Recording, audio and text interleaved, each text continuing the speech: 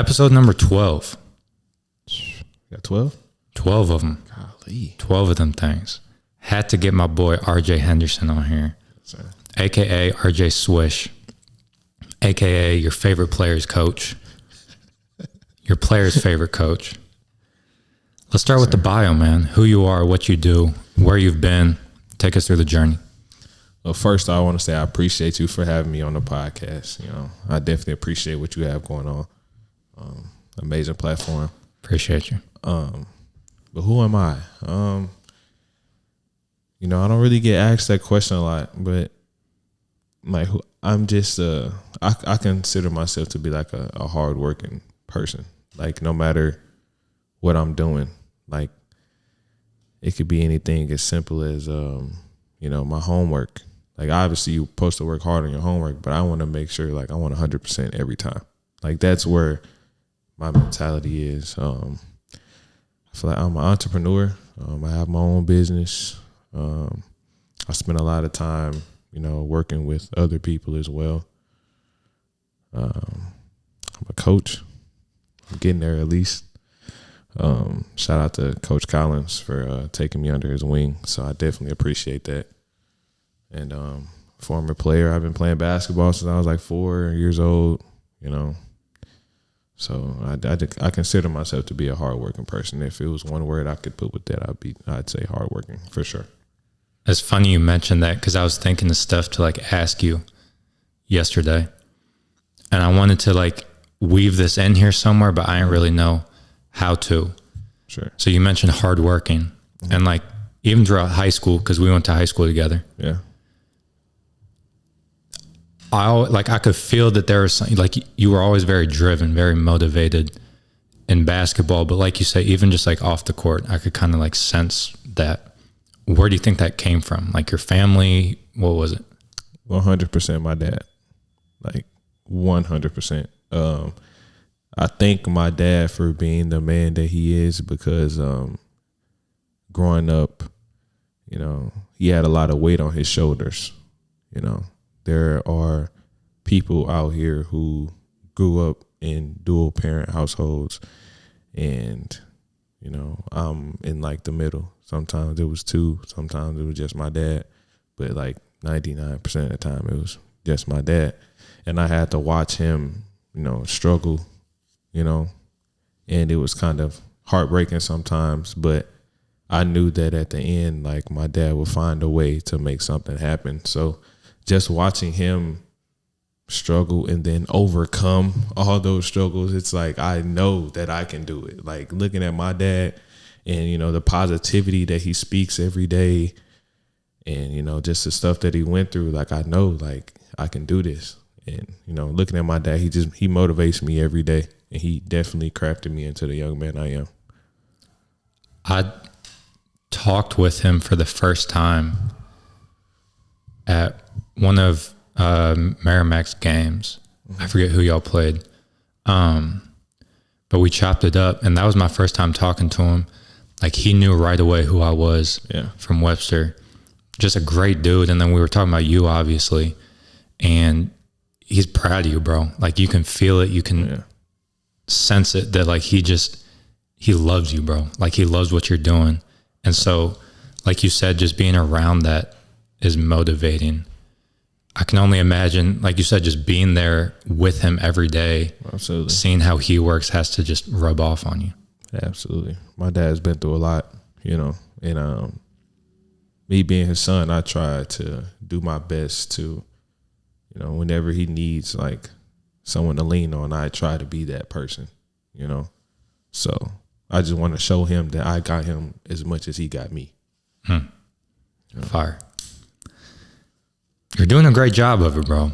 This was like, I was thinking about who I wanted to get on here. And you came up in my mind and I was like, damn, bro, why didn't I have you on sooner? The moves you're making right now, bro, I love it, man. I'm going. I'm trying. Yeah. Man. I'm trying. I've had a goal. Like I've always told myself, like ever since I was little, my favorite sport is actually football. A lot of people do not know that. I'm in the basketball career, but my favorite sport, was football growing up, and that's what I wanted to be. I wanted to go to the league, football player, and come 8th grade year, I sat down with myself and I was talking to myself and I was looking at all the. This is something probably a lot of people don't do, but my 8th grade year, I sat down, I was talking to myself, and I wrote down all the statistics of how long NFL players' career lasts, how long NBA players' career lasts, how easy is it to get injured in football, how easy is it to get injured in basketball, what are the effects of, leaving or retiring with the injury from football. But, I was just doing all those things, and then I finally came with a decision. I was like, yeah, I'd rather, do basketball, even though it's probably it's a hard sport, but I chose basketball overall because I knew that I had a lesser chance of injuring myself, a lesser chance of leaving the game with like a brain injury, So that's a lot of people don't do that, but I definitely did that in 8th grade. I was about to say, bro, 8th grade, you're like 12 years old, thinking like 15, 20 years down the line about like injuries and stuff. And okay, what's the best long-term plan? I did. At like 13 years old. I did that. That's crazy. So you played football up until high school? Up until high school, yes, I did. And you played basketball along with that? Yes, I did. I was always a dual sport athlete. Yeah. Like I always played basketball and football, but my very first sport was baseball. Like that was really yes. I feel but baseball is a really good sport. Like I love baseball. Yeah, baseball taught me a lot of stuff. That's why I'm really coordinated. It really taught me how to be coordinated with both of my hands. Like I'm ambidextrous because of baseball, which is crazy. I feel like I've seen you shoot with the left before. I can shoot with my left hand for sure. I'm actually trying to make myself left-handed, believe it or not. Really? For the past like couple years, damn near like 3 years, I've been, so like every night before bed, I'd like write down a couple things I'm grateful for, stuff I accomplished that day. And like 3 years ago, I started writing it with my left hand. So how does that, how have that like, are you a lot better at that now? Like, yeah, for sure. You said 3 years ago. And I got documents of it too. I can flip back in my notes and you can't even read it. But that's cool though, that you like playing different sports, you can feel the different or like the benefit that it's had on you. Cause a lot of times, I was just talking to Houston actually about like youth sports and how kids are forced kind of to like specialize and play one sport when they're like, can't even spell the name of the sport, Yeah.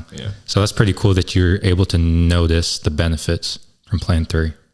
For sure. And there also are some negative benefits to it as well. So everything is not positive. Like some sports overlap.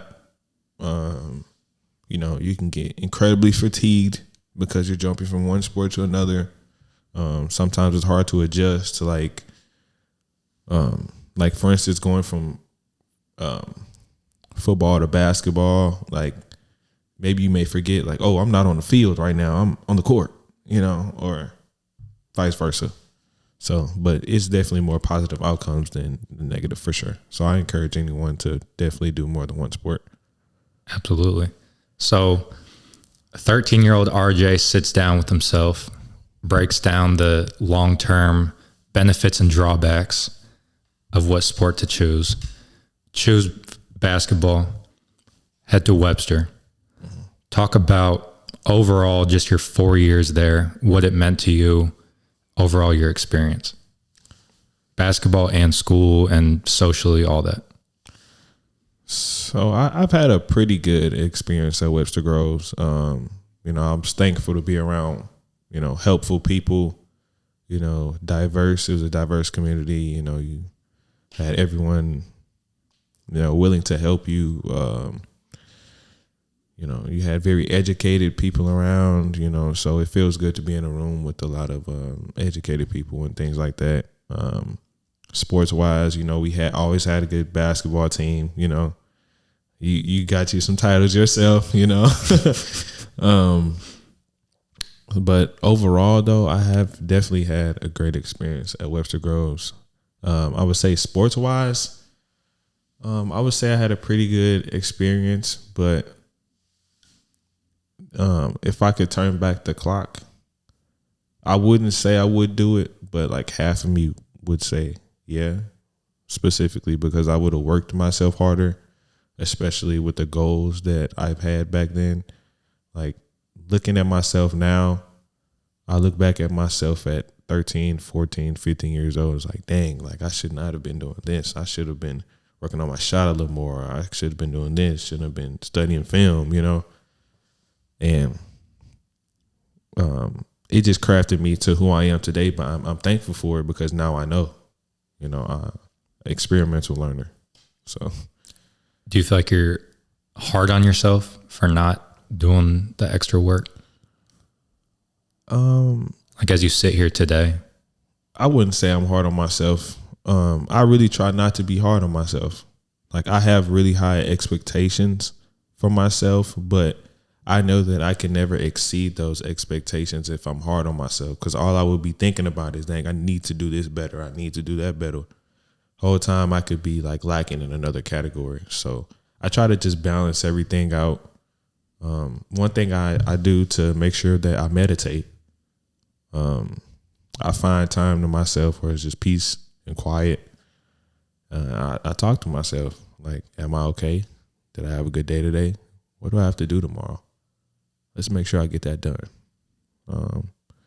Did you say something positive to somebody today? I did. Okay. I think today was a good day.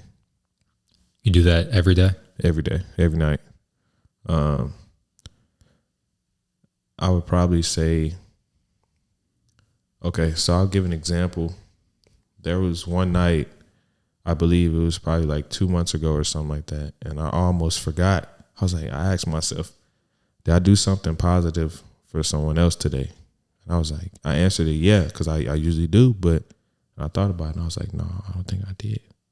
So I had a grocery bag in my room, and I actually have a refrigerator in my room. A little mini fridge or a big ass? I have a refrigerator in my room. So I took some of the things that I had in my refrigerator, put it in a plastic bag, and I actually drove down right off of Watson and I drove right down off Watson whenever, and I knew it was this homeless person that's always have their sign and stuff like that on the street and always asking for something. So I put about like 4 waters in there. I put some fruits in there, and I just drove down there and I gave it to them. You know, they thanked me and everything, but I went back home. I finished meditating and said, yes, I did something positive today. That's incredible. Yeah, absolutely. Like I don't find joy in like posting stuff like that, because I feel like a lot of people really do it like for the internet instead of actually like doing it for the purpose. So there's a quote, is every action is measured by the sentiment from which it proceeds.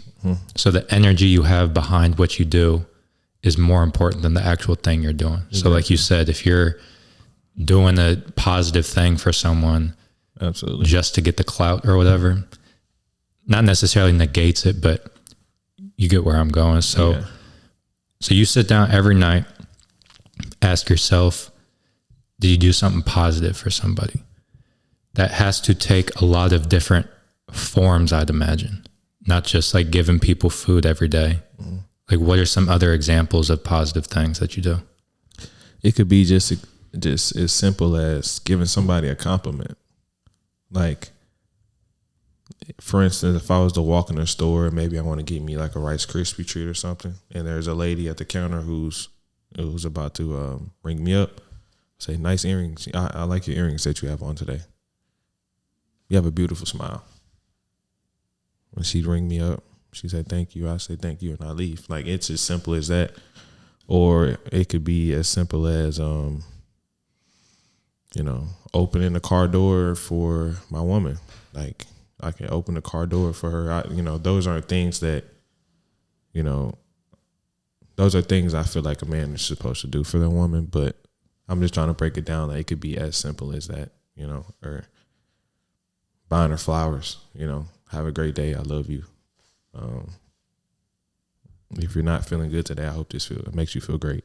Like, you know, or sending a text to someone like, I just sent a text to one of my friends maybe like 2 days ago. One of my best friends, Sam. Shout out to Sam. I was just telling him, like, I'm proud of you, bro. Like, I haven't seen you in so long, but I want you to know, like, I love you, and I love you like you're my own blood, like you're my brother, and I hope you have a great day. And I just sent that message to him. I haven't seen my guy in so long, but I sent that text so he can feel that like yeah, that's my brother. Like, I got him like he got me. So shit, let's talk about Sam for a minute. I see his parents at the gym that I lift at. So we've crossed paths a handful of times. And then Sam's in your grade, right? Yeah. And so we overlapped for 2 years. So I, would chop it up with him here and there. At the game, so the same game that I talked to your dad at, I'm pretty sure it was that same game. I saw Ant there. Yeah. And so we chopped it up. And then he said that, so Sam's mom and dad came to the game, and Ant said it was like specifically to talk to you guys, just about like life, I'm assuming, and just like catch up. Yeah. Talk about just where you guys met, and then just like what Sam and his family mean to you. Well, that's actually a good story. So I met Sam in the 3rd grade. What school? We went to Hudson Elementary over here in Webster Groves. I met Sam there, and one day we was just playing with each other. One day, it was like we introduced each other, and we was like, I think we went to like some subject class, and then there was this thing called Adventure Club. So after school, it's like it's like after school festivities. I forgot all about that. Yeah. So again, back to my dad, I was working hard, so he had to work extra hours. So I would have to be at Adventure Club while, he's, working extra hard at work. And one day Sam was there. So I'm playing with Sam, and his dad comes and pick him up one day. Surprisingly, my dad and Sam's dad gets there at the same time to pick us up. So they get there, and we're walking out of the front entrance to exit. And my dad and Sam's dad are just chopping it up, talking to each other.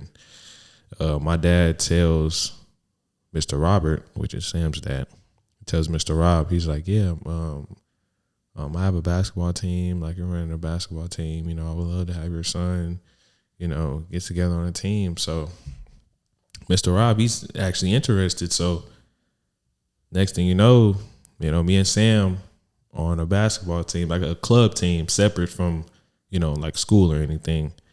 And my dad and Mr. Robert talking, and he's like, yeah, my son's birthday is November 19th.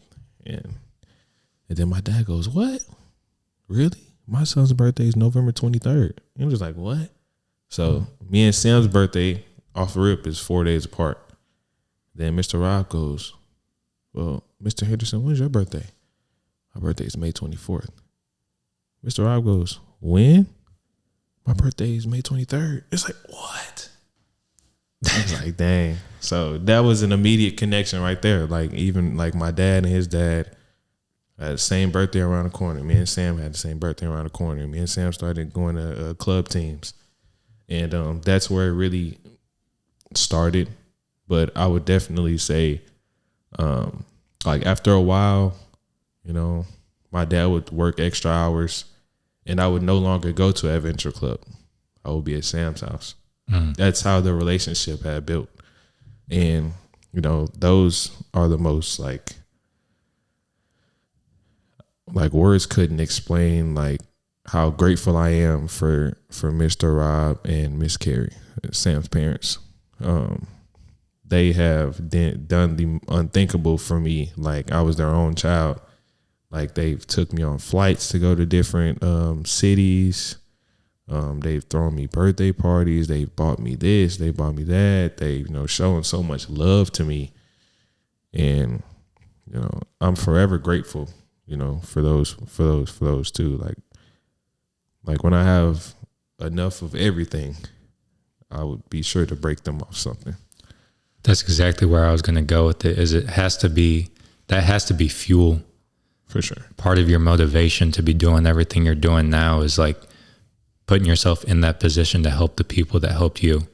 For sure. Yeah, that's got to be awesome. For sure. Those are two amazing people, and I'm extremely thankful for them.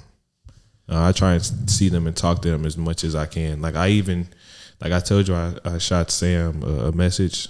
I shoot all of them a message. I shoot Mr. Rob, Miss Carrie, and Sam. I always shoot them a message to let them know how thankful and how proud of them I am.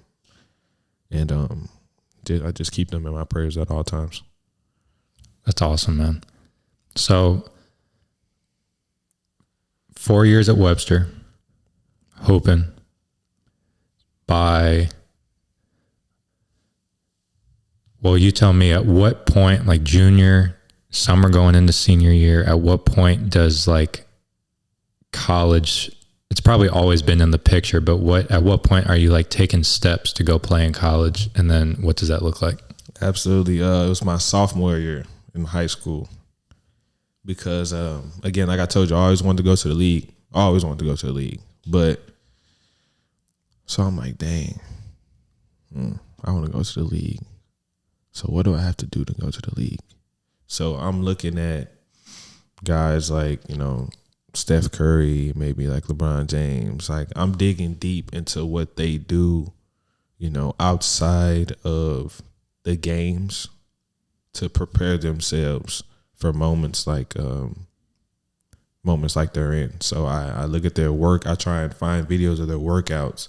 I was trying to find videos of, the things that they preached every day, and things like that. So I think my sophomore year going into my junior year, I was trying to get more shots up because I realized, Stephen Curry said that he was getting like 500 shots, 500 makes in before he went to school, and then like another 500 before practice, which I'm like, whoa, what? It's 1,000 shots, bro, a day? It's crazy. So I wasn't getting 500 makes before school, but I was trying, and I was on the varsity team, so I knew that I definitely took a huge leap, from where I was before. It like kind of fueled me, but more importantly, what fueled me was teaching others.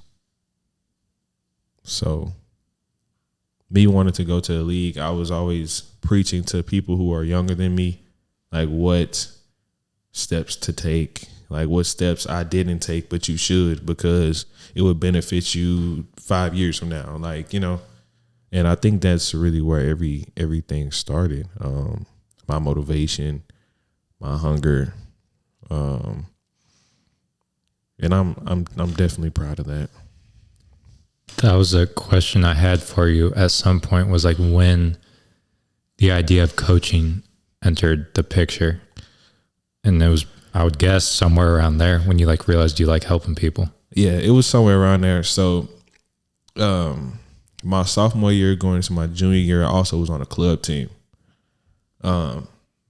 Which was what? Go Hard Basketball. They're still active. So at the time, I was more of like I was the leader on the team. So a lot of people looked at me and was like, like what do we do? You know what I'm saying?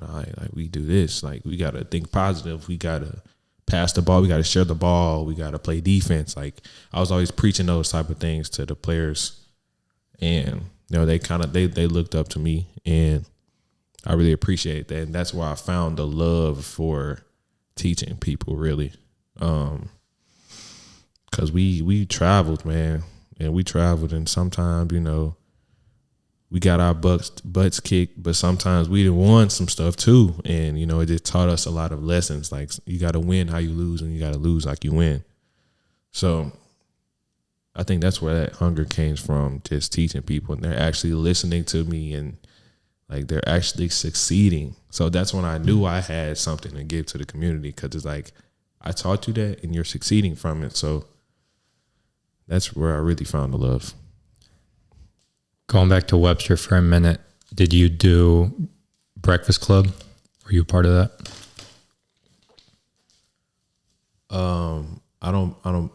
I've probably been there a couple of times, but I definitely wasn't like there every day, I believe.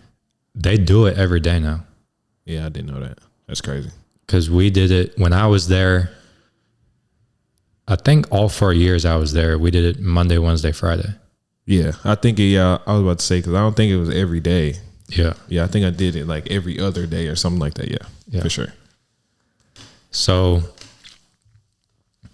4 years at Webster, AAU, and then we start looking at college. Mm-hmm. So from everything you've said, it seems like you're a very like practical person as far as like charting out the steps that it takes to get where you want to go. Mm-hmm. How much of the hoop dreams that you have getting to the league, how much does that shape what college you're deciding to go to? Yeah, I would say it shapes a lot, because I don't think a lot of people really look at that.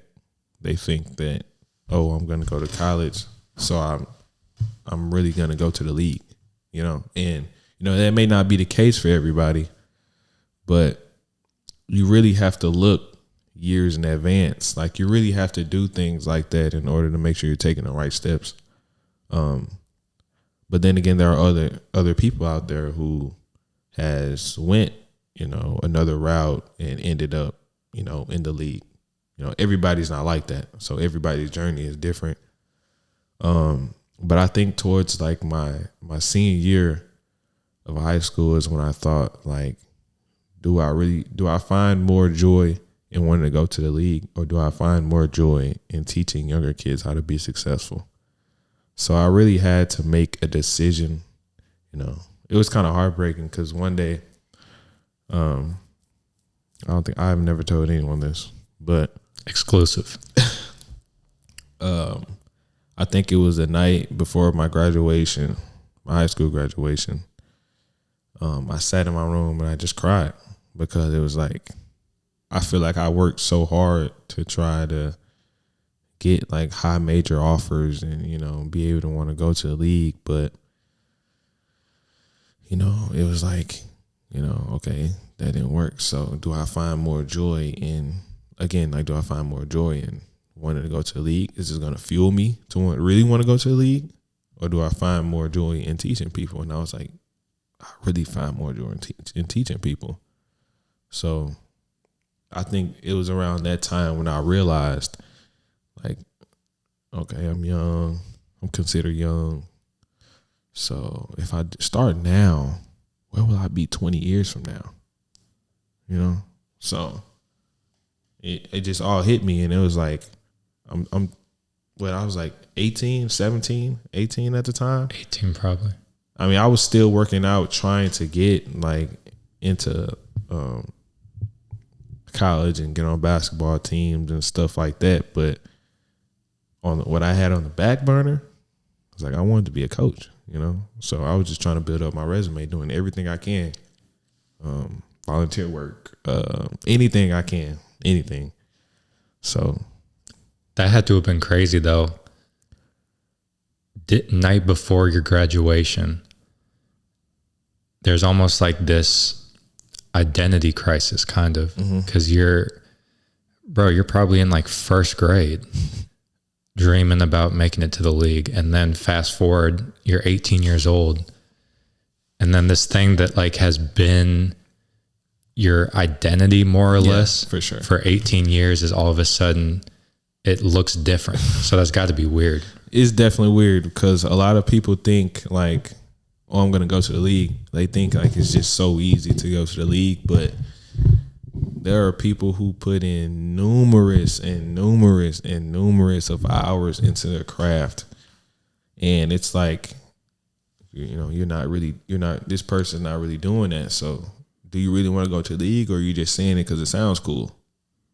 So it was definitely an identity crisis, because I like growing up, I used to watch players like Sharif Cooper and Jalen Green, and I was watching those people's highlights, and it's like, man, like I want to live like that type of lifestyle, like on the court, like I wanted to be like that. And it was like, I watched them get, so many offers from this university, and I'm like, bro, like I want that, bro. Like, and it's like, I just dreamed of that so much, and then it didn't quite turn out exactly like that, but I got some benefits out of it though.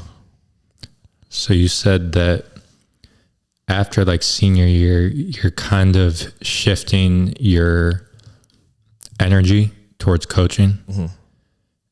Talked about like volunteering, getting yourself in like as many rooms as you can.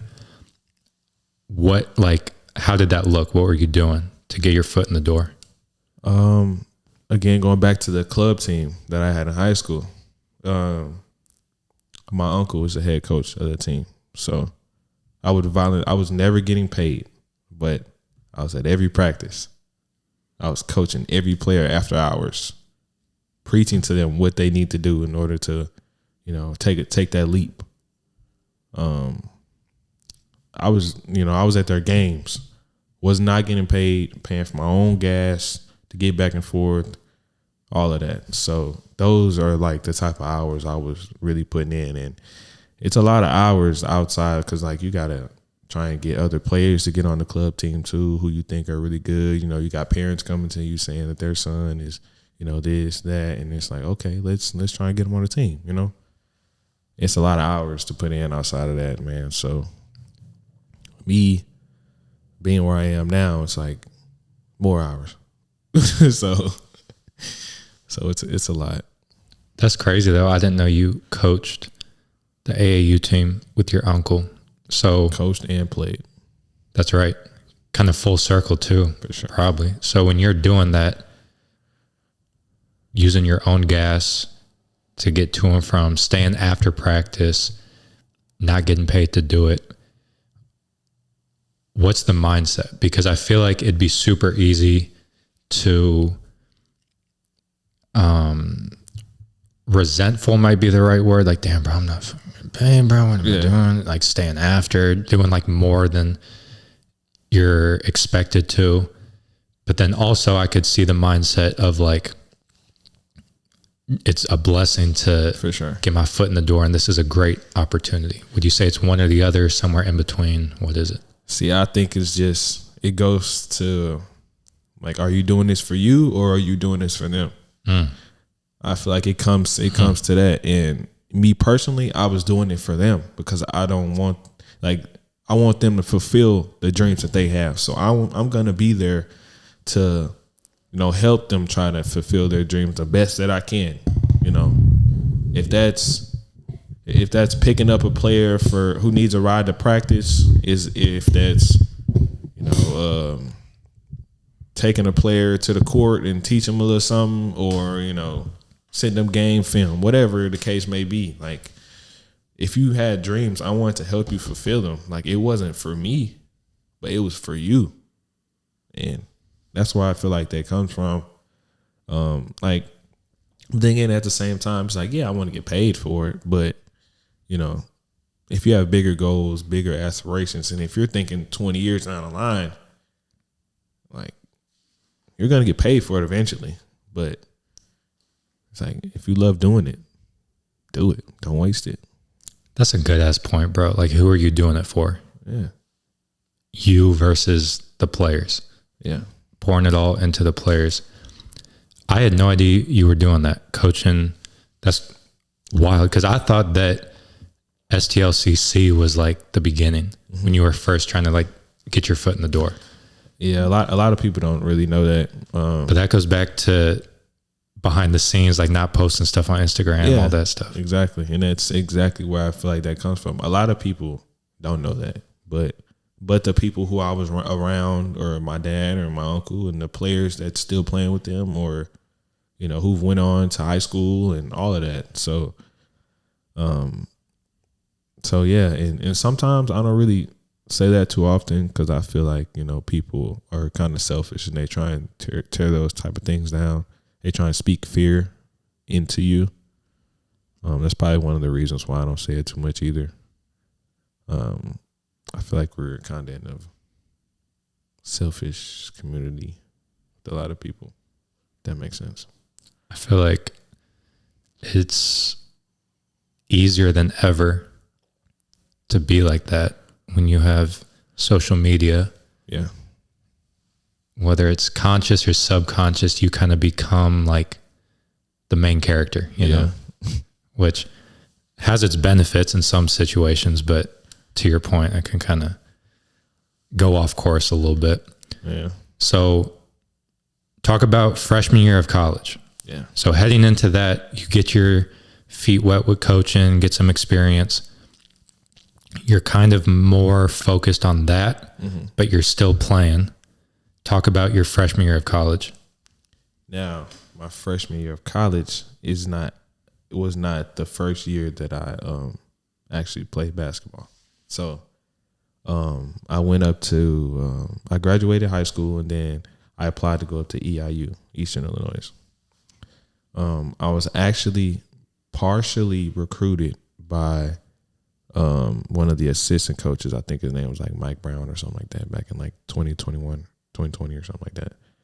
And so I went up there, and by this time my mindset isn't even playing. Like, yeah, I was recruited, but it's like I done switched my whole, lifestyle now.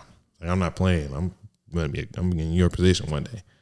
So I go up there and I'm talking to him. He's like, yeah, there's gonna be a new coach coming in, and I don't know if he's really gonna take you in. And it's like that was a stump, because again, my goal wasn't really to be playing, but if I was gonna play, like, I was gonna learn everything I need to know, at high level, at Division I high level. So new coach came in, and I even had to try out again. This was after you applied? Yeah. I applied, and then summer went by, and then August is when I got on campus. Okay. And then that's when all this had occurred.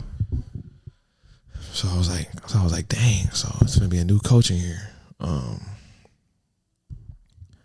I forget his name. At the time, the head coach was Jay Spoonhauer. I think now it's I forget his name. But anyways, I went up there and I talked to him, and he was like, he gave me opportunity, to be on the team. So he ran me through all these drills. Whole time, I'm not thinking about like, am I gonna pass these drills? I'm thinking about what he's putting me through. What is he looking at or looking for in a player? Like, so in a way, like, I'm really kind of sponging in all this information. And he put me through, and we said, you did a really good job, but unfortunately, like, I'm already bringing in a whole. He's bringing in all of it. He's bringing in some players from another university, and he just recruited another guy, and he think he was going to commit to the university. So I was like, dang, I took that on the chin. So, but it taught me something though. I made it that far, I made it far enough to say that I did it. I could have easily, told him no, or I'm uncomfortable, or, it's like, or that moment's too big for me. You know what I'm saying? To be in front of, like, I was on their court with the head coach dribbling that basketball, doing all them drills that he was trying to tell me to do. A lot of people would be nervous, anxious, not me. I had the opportunity and I took it. But it definitely taught me a lot. Patience. It taught me don't take no for an answer, because he could have told me no, and I could have went about my day. I could have told him I was nervous and never showed up, and really never knew what I would have became in it, afterwards. So I'm appreciative to that. Another quote that I read was, it was talking about how it's better to regret doing something than regret not doing something. Yeah, absolutely. And I don't feel like there's any regret on your part doing that. But like you said, kind of the what ifs of being nervous and not showing up. So he tells you that your services aren't needed, more or less. And then do you stay going to school there for your freshman year? Absolutely. Like, that didn't deter me or my dreams at all. But, I was still going there trying to get my diploma. Still took my classes. Always was a great student, so I always had good grades.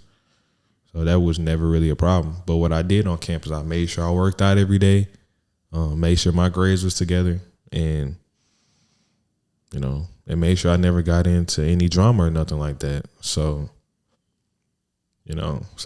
come, I think it was like New Year's. So all that happened in August. So come New Year's, I'm like, dang, like, okay, I don't want to just be here, just be on campus, I'm thinking, so should I go home and try and play?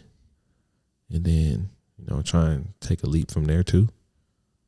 I'm like, I can't lose, I can't lose in a situation. I'm gaining information, I'm gaining knowledge, I'm soaking it all in. So I think around New Year's of 2021, going into 2022 is when I was like, yeah, I'm gonna come back home and play.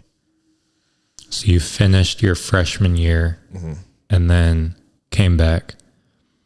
And so when you said you're at Eastern Illinois getting grades, staying out of drama, working out, are you working out like on the court? Yeah, I'm on the court. The coach, the staff welcomed me to, work out on the home court. I was, they looked at me as a respectful young man. They do I have my grades together? They know the dreams and goals that I want to accomplish. So I feel like they just respected that. And they, if you need to work out, this is when, we won't be on the court X, Y, and Z. You can come here and do your thing, and then just make sure that you, put the balls up. They was showing me a lot of respect. So I was always working out, everything. I was lifting, and I was on the court. So what's going through your head at that point? Because it sounds like you'd already kind of shifted your focus to coaching, but then you're still putting a lot of energy and time into playing. So what's like the thought process? The thought process, I would probably say it was kind of hard because I thought I was in the moment where I was getting all this information, but I was like, dang, like, am I stuck? Am I stuck here? Or am I going to be accepted when I go back home? Like, there's always thoughts that like conflict sometimes. But if you're big on yourself and you take a risk on yourself, the reward is going to be even bigger. So that's when I was like, yeah, I'm going to come back home. I'm going to play. I'm going to do it. I took the risk on myself and I did just that. But again, my motive was not to really play 100%. It was to just soak up all the knowledge, so. I like that. Kind of like an insider's perspective. I like that a lot. For sure. And it's like, I'm not saying like my motive was to coach. I'm not saying that my whole motive was to just soak up knowledge or like I was half-assing or, not giving 100%, because I was giving 100% every day. But, I also had a second thought, like, okay, he's teaching me this. Okay, what is he really saying? Like, what does he mean by that? Okay, got you. Let me write that down. Okay, that makes sense. Go out there and try and produce. So, like, what better way to learn how to coach players than be a player? Exactly. Exactly. And then have, people who are educated, people who've been, coaching the sport for 25, 30, 40 years. Like, they have a lot of knowledge to give you, and coming into the team, I was 21 years old. Well, I was 20 years old, and Coach Collins, like, he's been coaching for 40 years. I want to know everything, like, there's a lot of stuff like coming into it. It was like, dang, like, we do that, like, or that's a thing. Like, you have to do that before games, or you have to do that. Like, I've learned a lot so far. So the summer heading into STLCC. Mm-hmm. Was that the summer that we started working out? Or had you already played a year? No, that was the summer we were working out, because that was the summer I also broke my ankle. That's right. Yes, I actually broke my ankle going into STLCC. Yes. And I was still working out every day. Like, that was the motive I had. I was still working every single day. Yes, bro. Dude. So I remember, so we ran into each other at Shrewsbury, because me and Ethan were working out. Mm-hmm. And then you and Yanni, shout out to Yanni. Yeah, my boy. Were getting shots up. Mm-hmm. And so then me and Ethan worked out on the other end. And then after we got done, Yanni like came over, said, let's get some work in. I said, all right, bet. And then either the day after that or something, you had texted me, said, hey, let's get some work in. So I said, all right, bet. So then our first workout, anytime I get like a player coming in for their first workout, I just go into like observing mode. What time you show up, how long it takes you to get ready, just your energy that you have. And so I pull up like 15 minutes early, and then I hear a ball bouncing. I'm like, okay, cool. Wonder who it is. Pop my head in there. You're damn near in a full sweat with the heavy ball doing stuff. I'm like, okay, the boy's about it. So to play on a broken ankle, yeah, it's crazy. Yeah. It wasn't completely broken. It was fractured, but every day, like, it was painful. But all of that pain and stuff wraps around to my dad. My dad went through so much as one person, and it's like, I can't get to a fractured ankle. Come on. So that was the motive. It's like, okay, I can do this. So then, heading into your sophomore year of college, your first year at STLCC, mm-hmm. You're practicing and playing on a fractured ankle? Yes, the whole season. The whole season. And I was still going, still trying to go strong. I just felt like nothing could deter me from what I really wanted to do. And I want to put, like, I played on the collegiate level. Like, I want to put that on my resume. So, people just don't think I'm out here just trying to coach people and don't have no type of experience, Like, I played on this level. I can play on this level, and I can coach on this level, So that was really one thing I was thinking about as well. And it never, like, what was the thought process behind not getting surgery or whatever you need to heal the ankle? Would it just taken too long? There was some doubt, because I still remember the day that I did it, and it was like, as soon as I came, okay, so we was playing King of the Court with a couple of my buddies or whatever, and we like to compete, so we were going hard in King of the Court, and I tried to go up and I tried to block the layup, but I came down so bad, and it's like, I still remember to this moment, like, when it happened, I was like, bro, yeah, I'm messed up. Like, because growing up, I always twisted my ankle, always, twisted it this way, twisted it that way, and then an hour later, I'll be good. But when it happened that time, I was like, oh, yeah, something's wrong. That's when I knew something was wrong. So, but the doctors, they requested having surgery and stuff like that, but they said it would take a little longer to heal than it would if I let it naturally heal. So I chose the natural route, even though I was playing on it. I was going to say, naturally healing probably doesn't mean working out twice a day and running the ones afterwards. But to each his own. Yeah. But there was a break though where I definitely did let myself, try and heal. I think I had to go like, I believe it was like 8 weeks, because I didn't start playing until, like, practicing until like 2 weeks before our actual game of the season. So I think I had to be out like 8 or 12 weeks or something like that with a boot and no pressure on it, and I had to go through all these procedures to make sure that I was going to be okay to at least run, jog, sprint at 100%. And then on top of that, a lot of people don't know that at a high level of basketball, like you have to pass a conditioning test in order to even get on the team. A lot of people don't know that. Especially at the school that you go to. Man. Or went to. Man. A lot of people don't know that. And I had to run the conditioning test after I healed.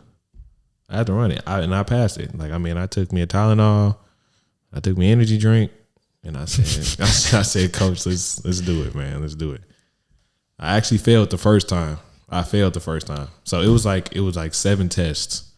And all back-to-back days, isn't it? Oh, yeah, back-to-back. And it get harder each day. The first day is the easiest day. The 7th day, it's obviously the hardest day. That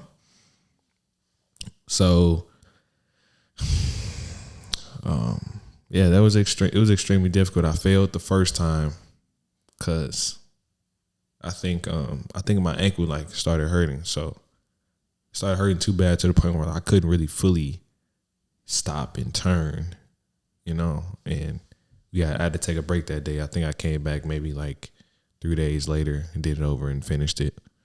But it was hard, man. Conditioning test ain't no joke. Especially at a high level, it ain't no joke. So, and then like if you didn't pass the conditioning test, like you weren't gonna play, or you weren't gonna play. Either you weren't gonna play, or you weren't gonna start, or or you wasn't gonna get your practice gear yet. Crazy, bro. It's crazy. It's hard up there. But so take me through a typical practice, like the average practice at STLCC.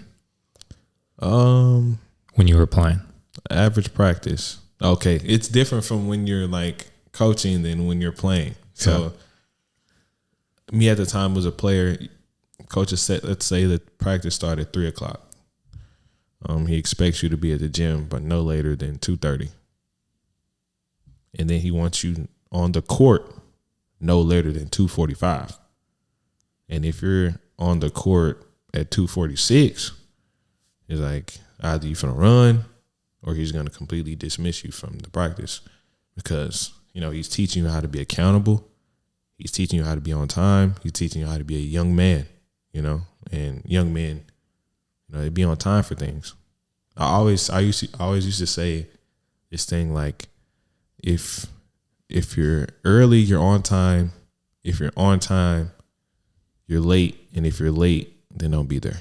Yes.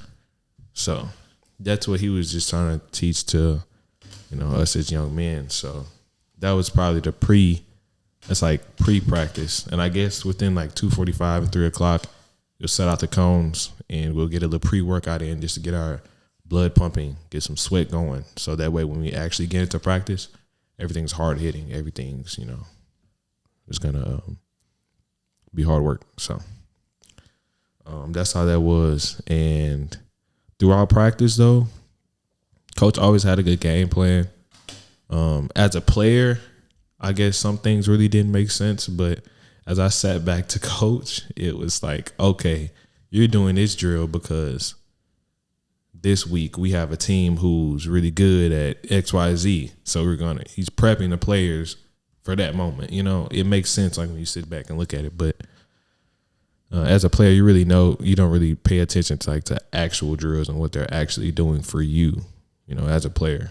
So when I was playing, I would always just like go into survival mode. Yeah. When I got tired, I was just trying not to die.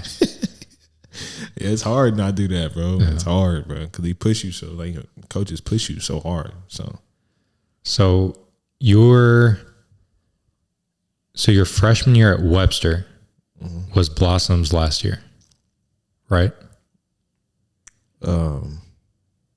No, I believe it's my sophomore year. I believe my sophomore year was this last year. Yes. The freshman year we won state. Up at Missouri State. Yeah, up at Missouri State, and then I think he retired the year after my senior year. Okay. So, and then you were JV freshman and sophomore year? Mm-hmm. Same. I was JV my freshman year, And then my sophomore year, I was JV. Yeah, that's right. So seeing Blossom coach, I mean, JV and varsity practice together, so you'd know what he's about. How, one, like, what were your takeaways from Blossom, his coaching style? And two, how does that affect someone like Collins, the conditioning test, being on time, that type of stuff? Well, I mean, the high school level and the college level is different. You know, those two coaches are an amazing coaches, but like it's different from high school than college. Blossom, watching him coach, it was, you know, he was always on you. You know, he's never gonna let up. He's gonna push you to be the best. He's gonna be in your ear. You know what I'm saying? But you know, you had to find like out of everything he was saying, you had to find exactly like the positive and, you know, try and better yourself for the next, you know, opportunity that you get. And you know, me personally, I was never like a fan of all the, you know, yelling and all that. I don't know, me personally, but you know, to each his own. But yeah, that's just how we coached, and you know, people came there, and obviously he had a successful program out of that. So, I mean, I commend him for that. Coach Collins, on the other hand, he don't do too much yelling.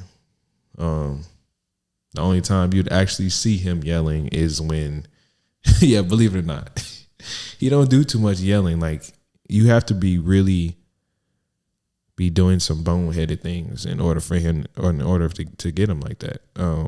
I think the side of that I see and the side that everyone else sees is kind of different, because like everyone else only see him like at the games and things like that. That's when he's more uppity, because the intensity is there. Like, you know, we got to make sure we're doing everything right. Like, you know, we practiced this earlier in the week. Why you're not doing it? Like, it gets to that. And at practice, he's not really yelling or nothing like that. But if he sees we're not going hard, if he sees, you know, commit to me turnovers, or, you know, he's going to try and get to you, because talking to you and talking to a player like this is obviously not helping. So he's going to start talking like this, you know, and it starts helping, but he's not always like that though. He's awesome. He's a great person. For sure. And a good coach, obviously. I just know his coaching from afar, seeing him at games. So that's kind of the only thing I can speak on in terms of his coaching. And just from what I hear, he's a great coach. Sure. Awesome person also. For sure. The interactions I've had with him are awesome. Gave me some joggers. yeah, he's a nice person. And one of the things I like about him the most is that he keeps it real. Like, with no matter like who you are or what you're doing, he's gonna tell you. He's gonna keep it real with you. He don't do the sugarcoating and, you know, the pacifying. You know, he don't do none of that. And I commend him for that, because I feel like a lot of today's world, it's like a lot of sugarcoating and stuff. You're gonna get too much in that. The player empowerment maybe has gone too far in some situations. For sure. I think it's easy to be like Collins is, not sugarcoating things with anybody, when you've been in the game as long as he has, because he's seen everything. So like if it's a younger coach, I feel like it may be easier to have like a really talented player and then kind of sugarcoat whatever, not want to rock the boat. But then by the time you've been coaching 30, 40 years, you've seen that exact archetype of player exactly 4 or 5 times. So it's not that big of a deal. So talk about the transition from playing to the next chapter of your life, when that was, how it went down, the thought process, all that. Similar to the sit down I had in high school, or I believe I had one in high school, and I also had one again in 8th grade. I sat down, I thought to myself. Over summer, I sat and I thought to myself, and I was like, okay, this is gonna be a little different, like, because, you know, sports was always like half of my life. Like sports was on one side, and then everything else was like school, family, everything else. But I always involved playing sports. And it was like, dang. So I was like, I think like a couple weeks, maybe a month after I made the decision to stop playing and fully go for my dream, it was weird. Like, it's still kind of weird to this day. And I'm going to explain it a little bit. And I say that because I'm so used to being on the court, being the player, and, being on the court with my teammates. And I don't know, like, I was so used to it. It felt weird being on the bench, So, and also, it still happens to this day. But sometimes, like when I'm on the bench and I'm coaching a player up or however the situation is, Coach Collins, he looks down the bench looking for a sub. I be so ready to get up, bro. I swear, man. It's like I be so like, it's a habit. Mm-hmm. I'll be like, ready. I'm put me in, coach. And it's like, it happens. And I catch myself sometimes. It's like, I don't have on a jersey. It's not, so that's one of the things. It was very different. I feel like my life kind of changed a lot because it opened up so much space for a lot of other things. Like for me to be a better person, to me to actually have time to myself and meditate, take care of my family and my loved ones. I feel like sports took a lot of that, So now I have that time, and to do so, I feel like I made a great decision. There's lots of, just like when you cut something out or like remove something from your life in your situation playing, your like ego or head brain, it's easy for that to think like, I need this. Yeah. This is part of who I am. But then, like you said, when you remove it, it leaves space for other stuff to come in. Yeah, more happiness, more family time, whatever it is. And it was definitely hard doing that. It was hard taking, playing the sport. It was hard taking that away from me because there's a lot of other factors that I had to a lot of other factors that I had to include in there. Like my dad, he loved seeing me playing basketball. Like he was saying, bro, when we were chopping it up, he was like, I'm telling him, man, do it while you're young. You got some eligibility left. Come on. I'm trying to, it's great. I do have eligibility, and I can use it if I wanted to, but my mind ain't there, Facts. My mind is 20 years from now. My mind is not doing it right now. What I got doing right now, I want to coach people. I want to show people the love. I want to, make a difference in my community, among athletes especially, and in any other category I can. But yeah, it was that, like, it kind of hurt me the most because like I know my dad loved seeing me play. He loved coming to my games and hyping me up. He loved, make sure I had a Gatorade before the game. Love asking me, did I eat something? Do I need to eat something before I go warm up? Like, it kind of hurt me because it hurt him, But I know my dad is, appreciates me for making, the decision I made on my own. So. And I feel like it's got to be a happy middle road. For sure. Because he's still in that environment of games and seeing you do your thing. Yeah, for sure. My dad's proud of me. He tells me every day that he's proud of me. Hell yeah. But he always add in that little, like, man, if you were still playing, I know you could do it. And it's like, I know I could, but I also can, do a lot of other things too. So, but yeah, I know he's proud of me every day. And, he tells me he loves me. He tells me he's proud of me. I feel like that's really important for people to receive that message. It keeps their head high, have them keep going. So I'm appreciative to that for sure. Hell yeah. So you decide to stop playing, and then so you decided to stop playing. You're thinking, all right, I'm going to get into coaching now. What was the first step to doing that? On the first, like, what was the first move you made? Was it coaching at STLCC? No, it was.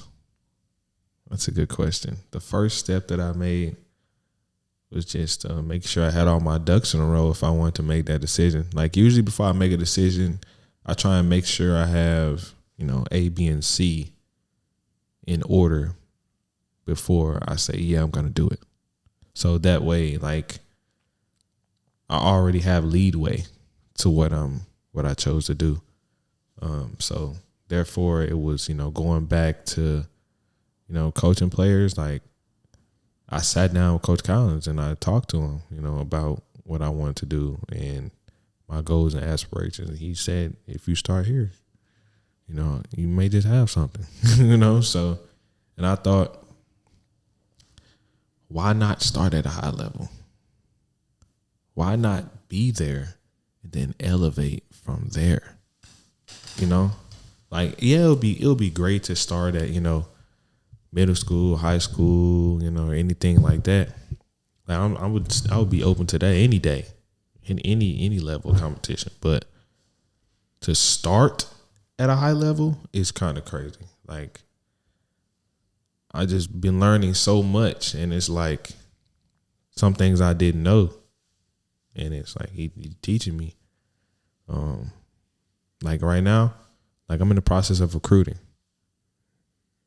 Like if I think about a year ago, I wouldn't have thought that I would be in this position right now this quick.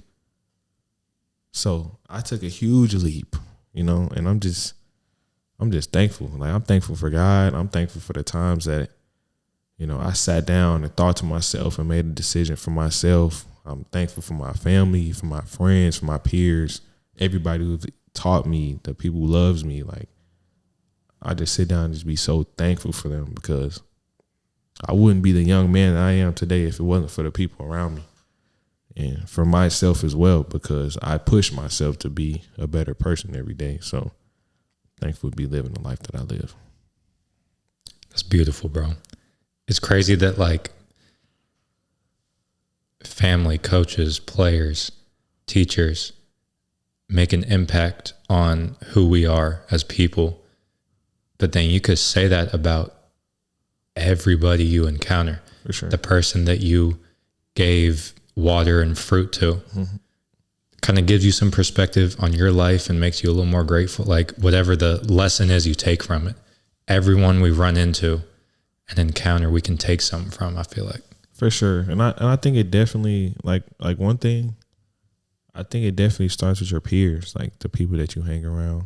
Like it could be as simple as middle school. Like I don't care how young you are, the crowd that you're involved with, it's probably gonna, shape your, future. If that probably more than anything, to be honest. Yeah, I didn't want to really say it like that, but that's real though, and that's why I'm trying to make sure I have positive, like-minded people around me, so I can always push myself. Like if I want to be in a room with someone, I want to make sure that I can learn from them, and vice versa.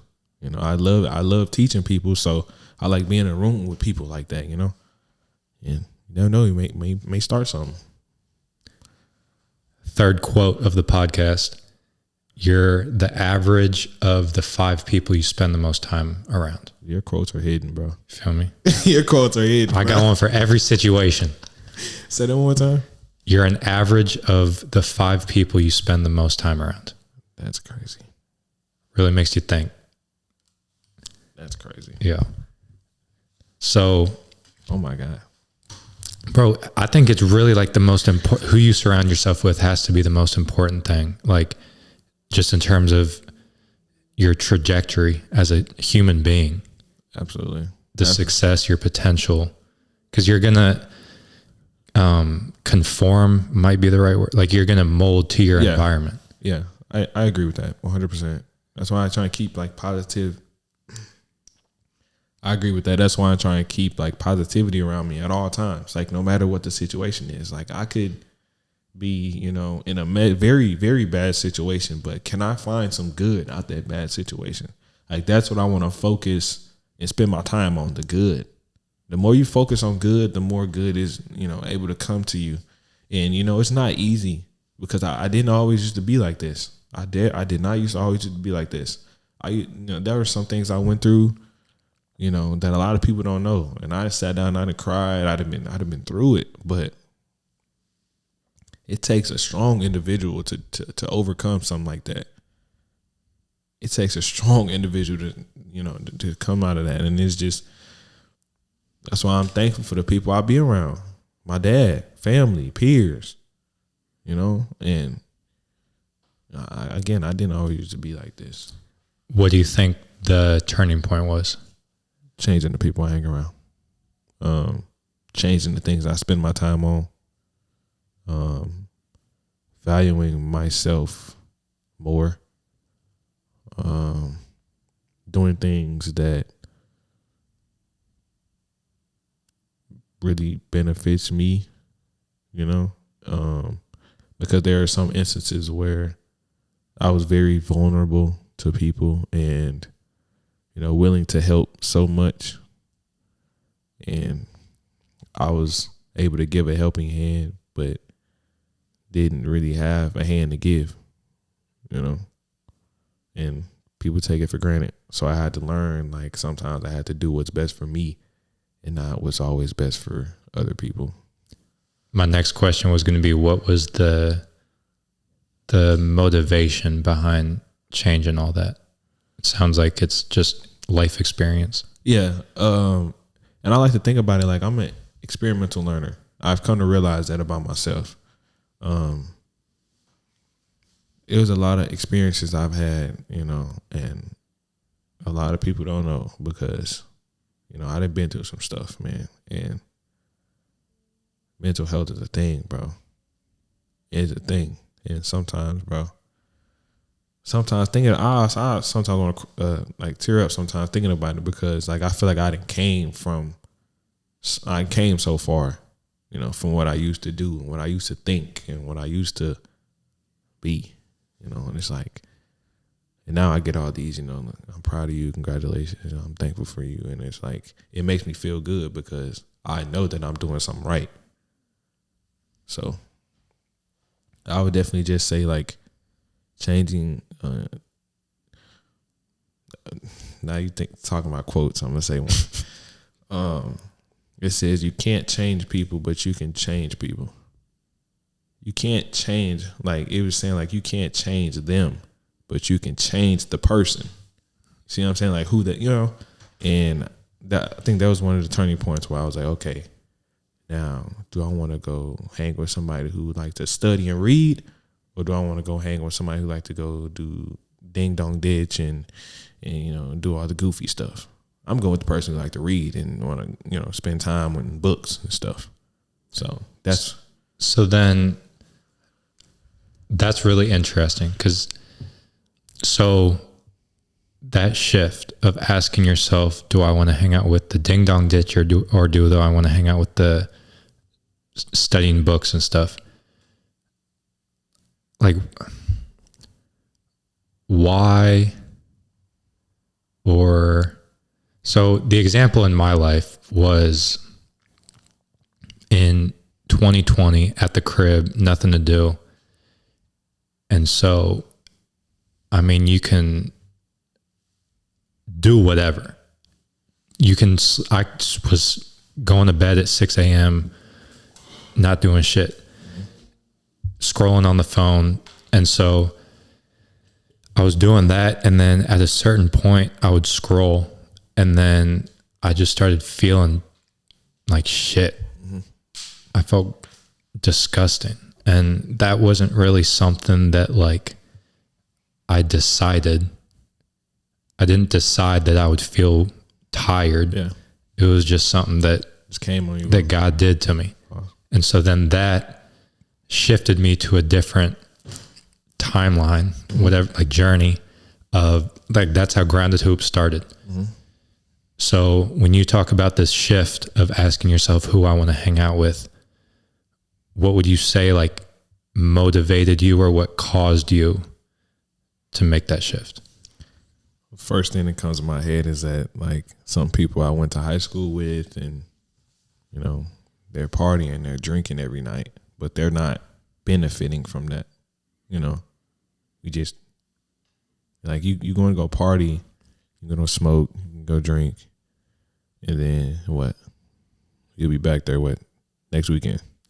You know, so I think just seeing some people around me or just in my community environment or whatever, just watching them and their habits and everyday habits, and it's like I don't want to be like that. You know, so I just try my best to make sure that I'm the best person that I can be, and I'm better than I was yesterday. So I try and have that mentality, and you know, I don't usually do all the partying and stuff like that. So I mean, you may catch me at a party every now and then, but that's just because I ain't been to one in 5 years, you know. But just to do something, you know. But other than that, it's like I want to focus on the now, because the now is more important. So the now is the only moment that exists. Exactly. And I feel like I can go, because I'm on the same exact time, bro. Mm-hmm. I'm locked in. 100%. Reading, training, podcasting, content, like all that stuff. Because I feel like when I'm in my 30s, if I really, really want to go party, mm-hmm. I can go do that. Exactly. Like that's always going to be there. It's always going to be there, you know? Yeah. But all the opportunities that you have in front of you are not always going to be there. So you have to take advantage of those type of things. So that's really what I want to do. And, you know, I don't, you know, like you were saying, you know, you don't be 30 years old. You know, you can go party when you want to. Like, you can do it whenever. You know, it's always going to be there. I can be 60 years old when I go to a party. I can still do it. Yeah. Yes. Versus being 30, partying all the time and not having shit going for you. Yeah. Can't really go back. So, I mean, shit, you're living it, bro. You're doing your thing. You're coaching at, do you call it STLCC, Merrimack Forest Park? What do you call it? I just call it STLCC because we got different campuses. Got like six campuses. Yeah, but it's all under one thing. So I just say STLCC. Okay. Coaching at STLCC. Describe your role there. You mentioned recruiting. Mm-hmm. Even just like within practices, what is expected of you? Pre-practice, I always set up the court, make sure the game plan is accurate for the day. So I'll go over like the practice schedule, make sure all the guys have their equipment, make sure that everyone's going to be there on time. Have to make sure all the gear and uniforms is ready for that week, that game day. Make sure the practice uniforms are ready and up to par. Try and make sure the guys' grades are good.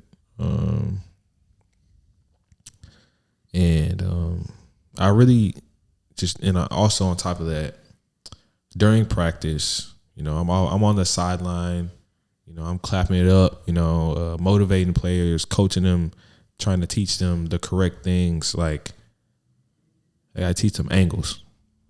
Because when you're driving?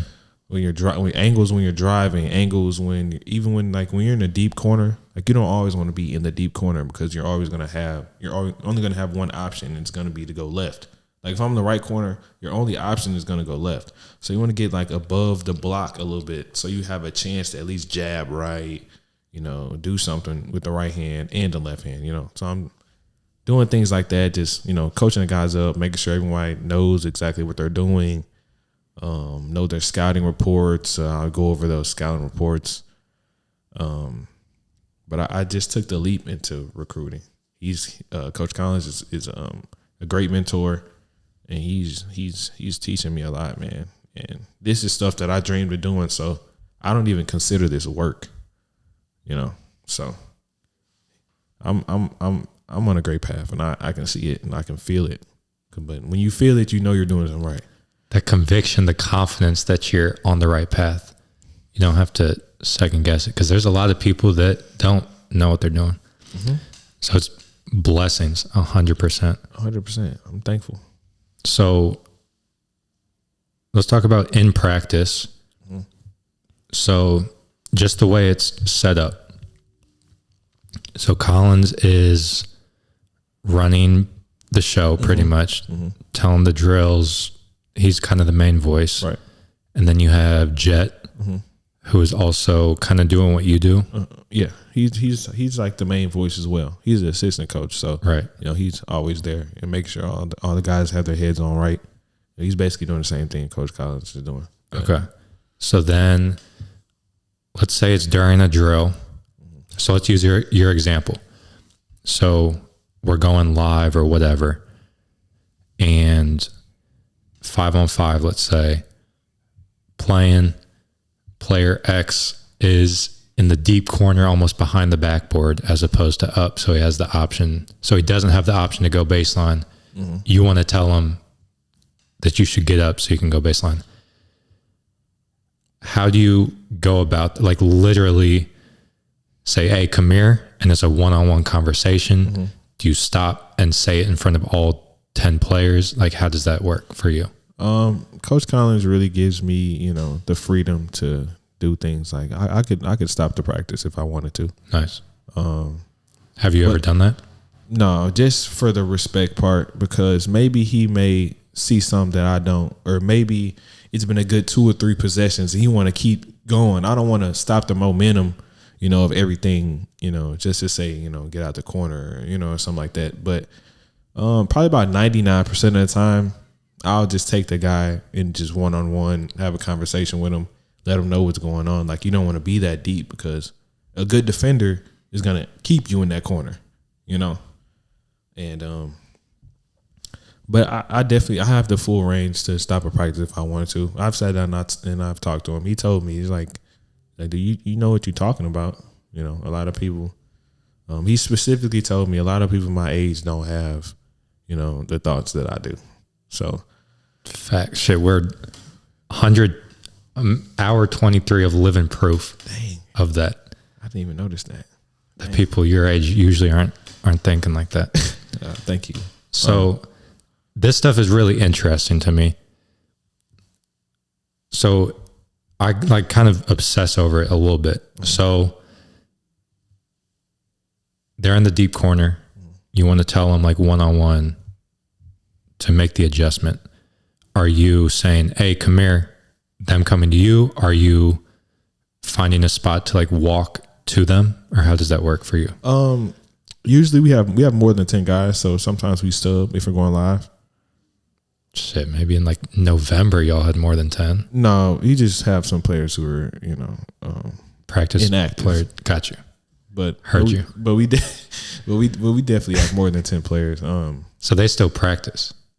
Yeah, they still practice because they'll be coming up for the next semester. I didn't know that. All right. So you have 10 guys who can be on the floor at once.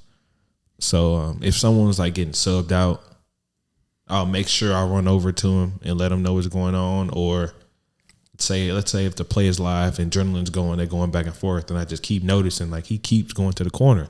Say, okay, let me go over to this corner real quick. So when they try to sub a play or something, I'll just, let them know, like, get out the corner. Like, you're too high in the corner. They'll, like, anytime I'm saying something, like, one thing I really like about the players, if I'm saying something, they'll be quick to listen. And that's one of the things I really do appreciate about them. And so, like, if he's in the corner or whatever, and I just you still in the corner, like, you need to get above the block. That way you have an option to go left or right.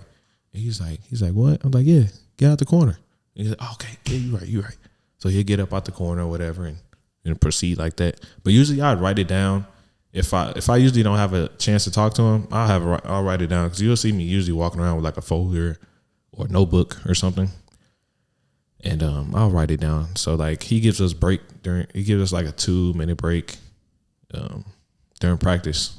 So I'll make sure, like, if I wrote that down, I'll make sure I'm go over to him and tell him why he's drinking his water on his break. Like, you need to stop doing that. You need to, you'll have more options. So that kind of leads me to my next question: is how would you describe your coaching style? Is it like this same demeanor that you've had right now? Yeah. See, I was never really a fan of all the yelling and stuff like that, because, like, it's not me personally, my own opinion. I don't feel like that's really doing nothing for the player. Like, I feel like someone would like, how would you feel if we were sitting here doing this podcast and I was just yelling at you the whole time? Like, you'd be like, what is this dude doing? Like, podcast is different. Yeah. But it's like, what are you doing? And I feel like people probably listen to you more when, you know, you're talking to them, like having a regular conversation. Like, obviously there are moments where like it can get like that, like probably in like the heat of the moment, or if there's someone who's just really not listening to you or really not following directions, like it could be easy to get into that type of like aggressiveness. But for the most part, I talk to them just pretty calmly, but I'll notice like if they're really listening to me or not, because then they'll actually do what I said, you know, because I can talk to you, but you got to comprehend what I'm saying though. So if you go out there and do what I was saying, it's like, okay, I can talk to him normal and be perfectly fine. Like, if it was another player who, you know, if I'm talking to him like this and he's like, okay, yeah, I got you, and keep doing this, go out there and do the same mistake over and over, it's like, you're not listening to me. Like, now I have to, you know, raise my voice, you know, so it differs from player to player, but 99% of the time I talk normal, you know, because they respect me and they know that I love this game just as much as they do, you know, and I want to help them be successful people, so they listen to me. Is the age gap between you and the players ever something you think about? Yeah, sometimes, for sure, because there are some players who are a little older than I am. Shit, one of them's a lot older. Oh yeah, Marco. Yeah, my guy Marco. He, you know, but, shout out Marco. Yeah, shout out Marco. But he, you know, he's respectful enough to listen to him because he know I love this game just as much as he do. You know what I'm saying? And you know, it's different being a player and being a coach. Like, looking at the game, like, it's different looking at the game as a player, looking at it as a coach. You know, so I just try and, you know, tell the guys things that I see that they may not see. So that way, like, for example, Jamal, great guy, you know, I call him Mr. 2020 because he'll get you 20 points and 20 rebounds in a quick minute. You know, there's one thing that he didn't notice is that, like, when he catch the ball at the elbow, he has a shot every time. But, you know, sometimes he don't really look for the shot, you know. And I used to tell him, like, bro, do that mid-range shot, bro, so they can respect that mid-range, you know. And after a while, he was really practicing on it. Come to practice, he was making the mid-range. Come to the season and actual games, he's actually hitting the mid-range and just like, bro, I told you that shot there, you know. So that's just an example I can think of off the top of my head. Like, he's real respectful. He listens to me. I'm respectful. I listen to him. Like, it's not a one-way thing. Like, but I'm sorry, to go back to the age gap or whatever. I think about it sometimes, but I also think sometimes players like think like just because I'm younger than them, like they don't like would show the same exact respect as they would like Coach Collins or something because he's much older than them guys. You know, but after a while, they tend to understand like, oh, this dude know what he's talking about, and it's like, yeah, I've been trying to tell you that. So the differences between how you see a game as a player versus a coach, what would you say those were for you, the way that your coaching career has changed the way that you view the game? Playing the game, I would say everything is always, it's live. So it's like, I'm trying to give an example. Like, if I was sitting like off to the side watching us do a podcast, I could see the both of us. I could probably see what's outside the window. I could probably see what's under the table. I could probably see everything from over there. But right, us being on the podcast, I can see you. I can only see the TV. I can see that. I can't see what's under the table. So my thing is, while you're playing, you can see certain things, but as a coach, you see everything. You know? So that's kind of the best example I can really give. Me personally, I could probably say I had to go against a lot of guys who are a lot taller than me. So for some of the time, there are some angles on the court that I couldn't really see 100%. So if I was to get around like my defender, if I'm doing the ball and I get around my defender, there's a 7-foot guy that's about to step up. Right? So sometimes I can't see like, oh, now I'm going to throw the lob. Now I'm going to throw the bounce pass, or now I'm kicking to the corner. Like, there's options, but coach, he's going to see that. He's going to see kick it to the corner every time because, the help guy or whatever, throw the lob. If his hands are up, throw a bounce pass. If his hands are low, throw a lob. Like, coach is going to see that and he's going to make that adjustment. So, as a player, everything you just have to do off instinct. It has to happen in the moment, so. And then you also have to look at, like, player tendencies. As a player, you don't notice that during the game. Like, there was a guy that we played during the season, and every time he was in the post, he would dribble, pound left, he'll bump you with the left, bump you with the left, and then spin right into a left hook. As a player, you don't always notice that in the moment. You don't notice those tendencies. But as a coach, he's like, oh, he keeps bumping them twice and keep going to the left hook. Boop, timeout. You see that he keeps, and then you make adjustments. So those are the differences, really. That's the best way I can really put it. So let's transition to be the motto. Okay. I think what you're doing there is incredible. Talk about one, Ant, how y'all met, how that came to be. Let's just start off right there. How you met Ant, and then how Be the Motto came to be. Crazy thing. The same way I met Sim is the same way I met Anthony. Really? Yes, Adventure Club. But it was a different day. Anthony, I met Anthony at Steger. Shout out to Steger. And it was this was in second grade. I met him at Steger in second grade because Steger had an after school activity thing as well. So I would sometimes go over to Steger. So second grade, Ant, he'll be getting out of class or whatever. Where'd Ant go? He went to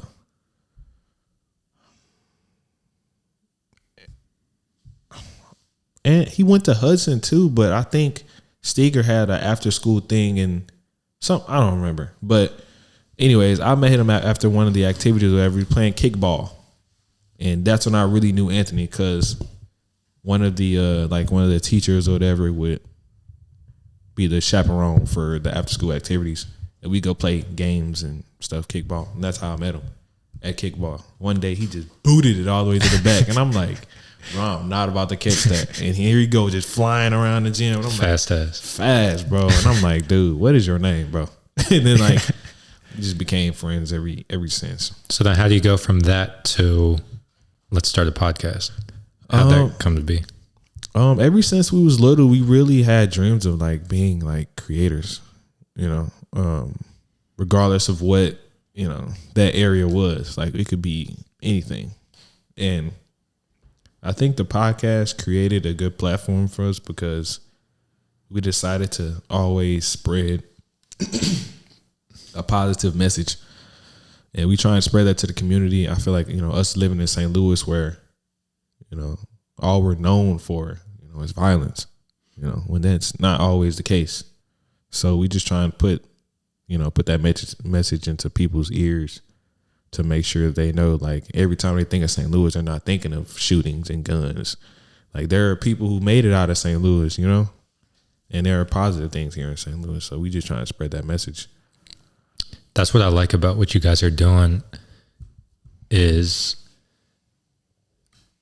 what you guys are talking about. It's set up. It's good for the longevity of what you guys are doing.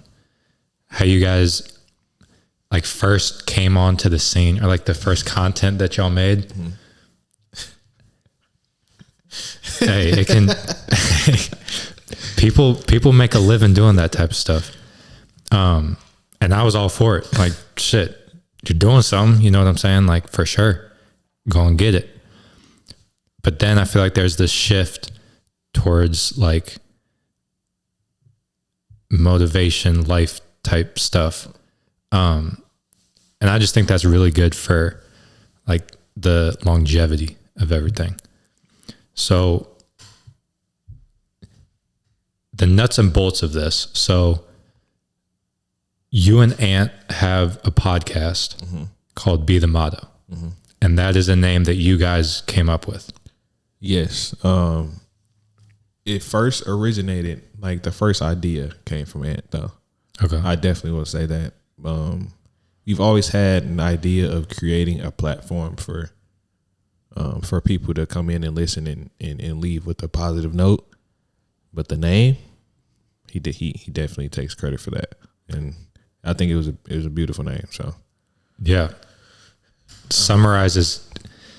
I feel like what you stand for, what Ant stands for sure.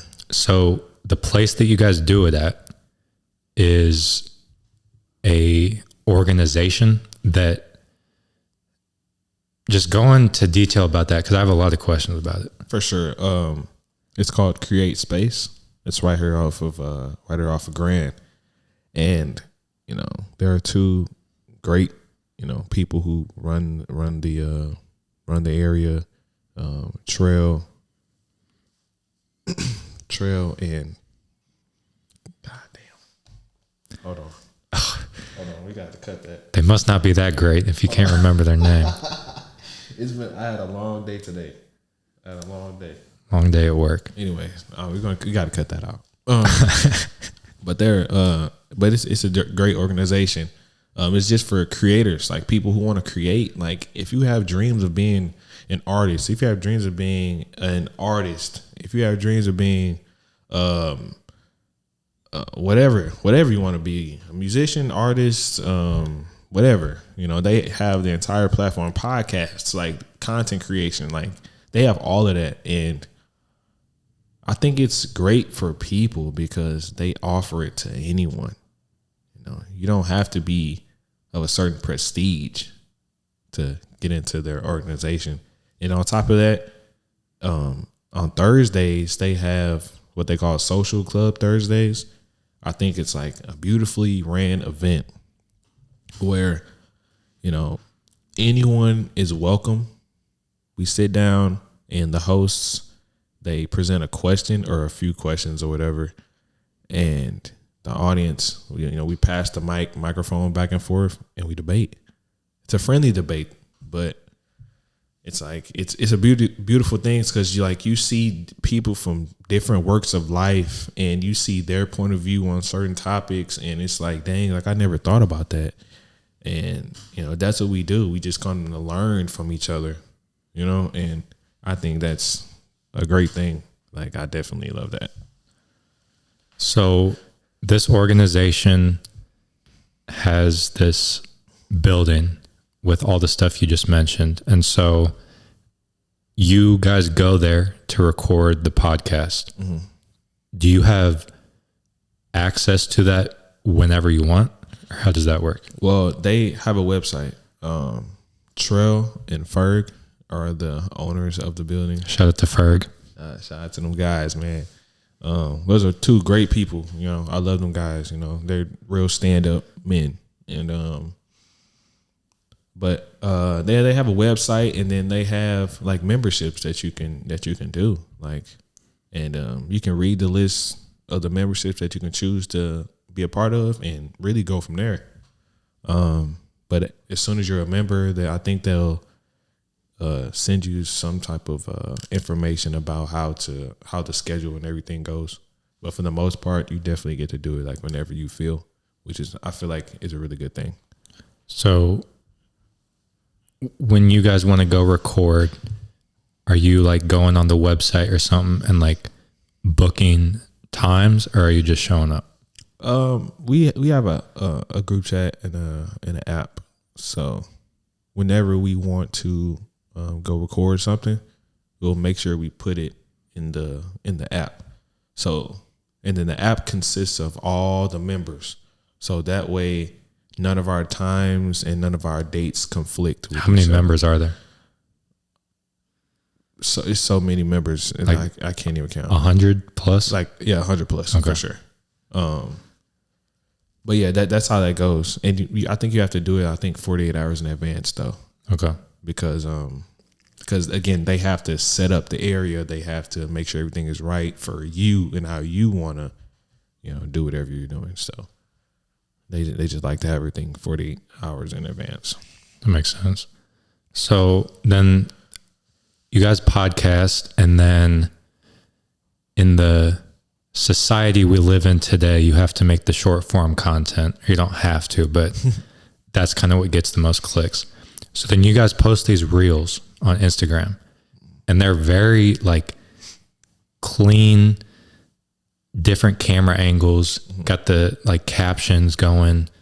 Are you guys doing that, or is that Ferg and shout out to Ferg and Trail? Yeah. I mean, they're doing their thing, but also it also comes from work with, we also work on our things as well. For the most part, Trail and Ferg, they do the the filming and they change the camera angles and all of that. But me and Ant, we're also working behind the scenes. We'll do the captions, we'll cut the clips, we'll adjust the audio, and we'll do the effects and everything else. We do everything. But so you're learning like producing type stuff for sure. Like it's pretty cool. I try and and about everything I do, I try and find an area to learn from it, because I might find joy in that, and it may just be another route for me one day. You never know. Yeah. Is there other stuff that you have access to there other than podcasting? Yeah. They have a stage in there if you want to perform. Is that where Ant did some of his shows at? I believe so. Okay. I mean, I'm not 100% sure, but I believe so. I know one for sure. I know his first show, I believe, was there. They have a podcast area. They have a studio. If you're a musician and you want somebody to, record, or you want to book a session, them guys will really get you together in there. They have a photo shoot area. For Social Club Thursday, sometimes if you're of age, they have a bar in there if you like to drink as well. And those are just things off the top of my head, and they have so much stuff in there, man.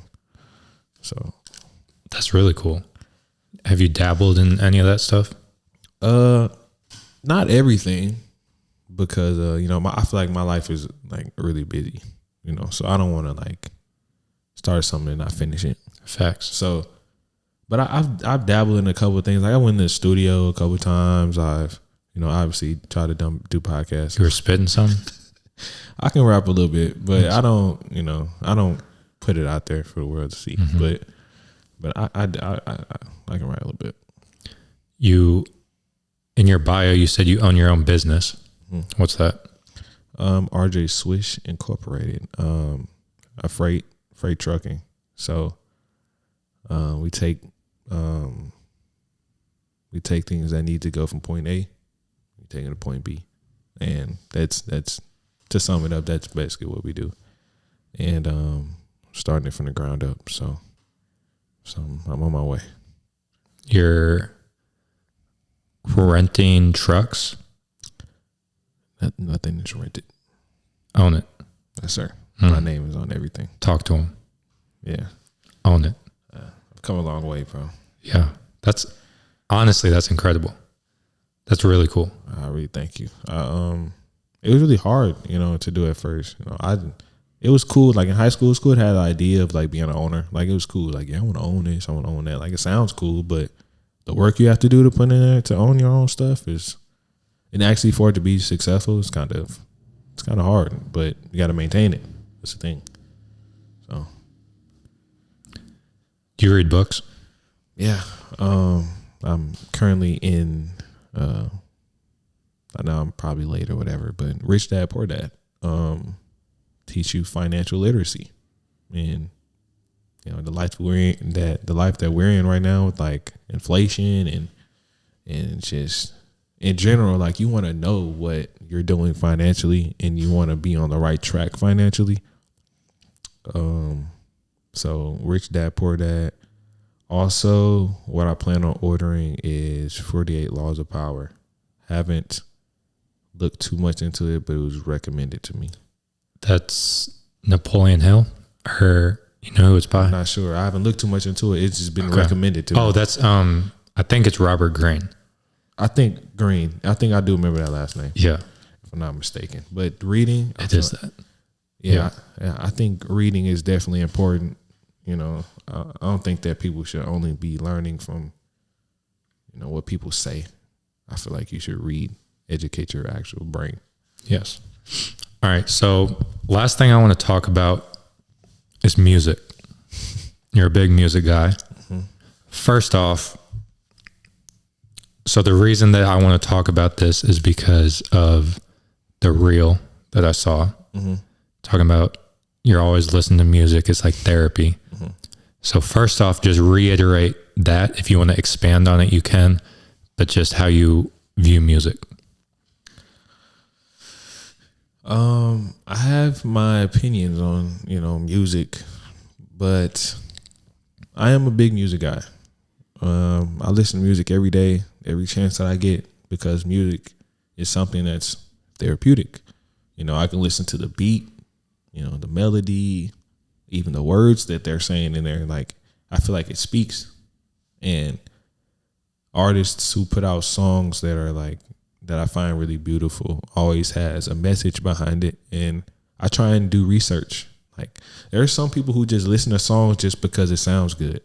I listen to songs because what they're saying, you know, and sometimes it's what they're saying. Sometimes it's like how much I like the melody. Like, sometimes I like the flute in songs, like, which is like kind of weird, you know, but I don't know. I like listening to beats and stuff. It's really relaxing to me. I try and listen to music that doesn't always have so much some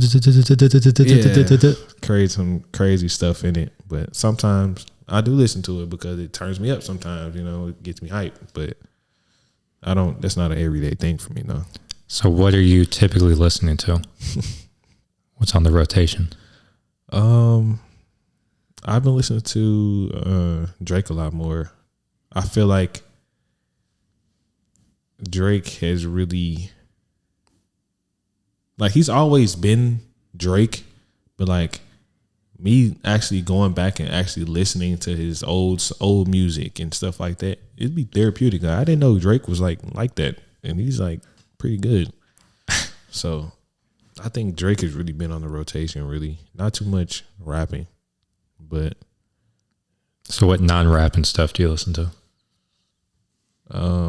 I want to dive in some more is country music. Like, I'm not a country music guy, but I'm always willing to hear something that's good, you know? That's something I do want to dabble in, is a little bit of country. If someone has some country music and they think it's good, like, I'll sit down and try and listen to it. You know, I'm trying to think. Coldplay has been on. It's been on repeat. Nice for a little minute now. I've always loved Coldplay, but they're like the heavy hitters right now. Okay, that's all I can think about right now. That was a surprise question. Yeah. So sometimes I write my own music as well. So I listen to my own stuff, or just listen to instrumentals. Like, it just be as simple as that. Instrumentals, hip hop type stuff, or different? It'd be anything. It could be hip hop. It would be alternative, whatever. Like, whatever the mood is. Yeah, whatever the mood is. There you go. Exactly. Sometimes, majority of the time, it's when, like, I'm meditating. That's when I'll listen to instrumentals, because my mind can just wander. Like, there's no words in a song, you know. It's just my mind can think about anything, you know. So shit, you kind of answered the question for me when you said Coldplay, but an unexpected song on the playlist or a genre of music. Unexpected song. That's a hard question. I probably would have to look at my phone for that one. So you probably answer. I wouldn't have expected Coldplay. Yeah, there you go. A lot of people don't think I listen to music like that, but I do, because they be having like positive messages, and like they also always are talking about something, you know, not just, I'm gonna kill you, I'm gonna you know, take your money, I'm gonna take your girl. Like, it's all repetitive. Like, I don't really want to listen to that every day, all day. Yes. So the last question I have, actually second to last question, give me your top 5. I had rappers on here, but We can do that. Rappers, musicians, artists, it could be groups of people. Top 5, your favorite all time. All time. No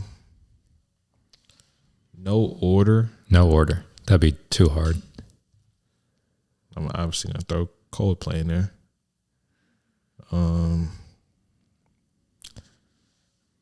Oh, that's a hard question. I know it's probably gonna conflict with what I just said, but I know I just said I don't like to listen to all that, like The Kill and all that stuff, but gonna like, but it the hip hop artists and the rappers, it usually be for their beats, you know.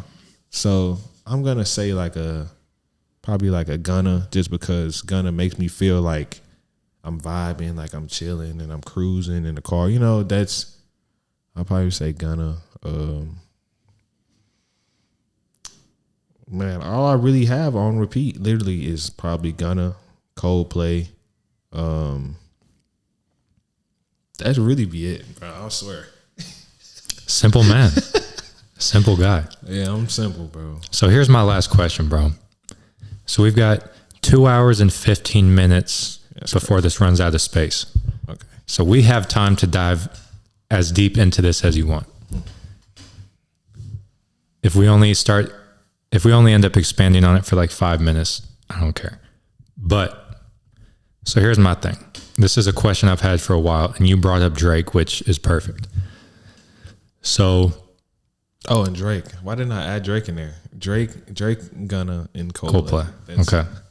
So when people get asked who their top 5 rappers of all time is, not necessarily their favorite, but like who's on the Mount Rushmore.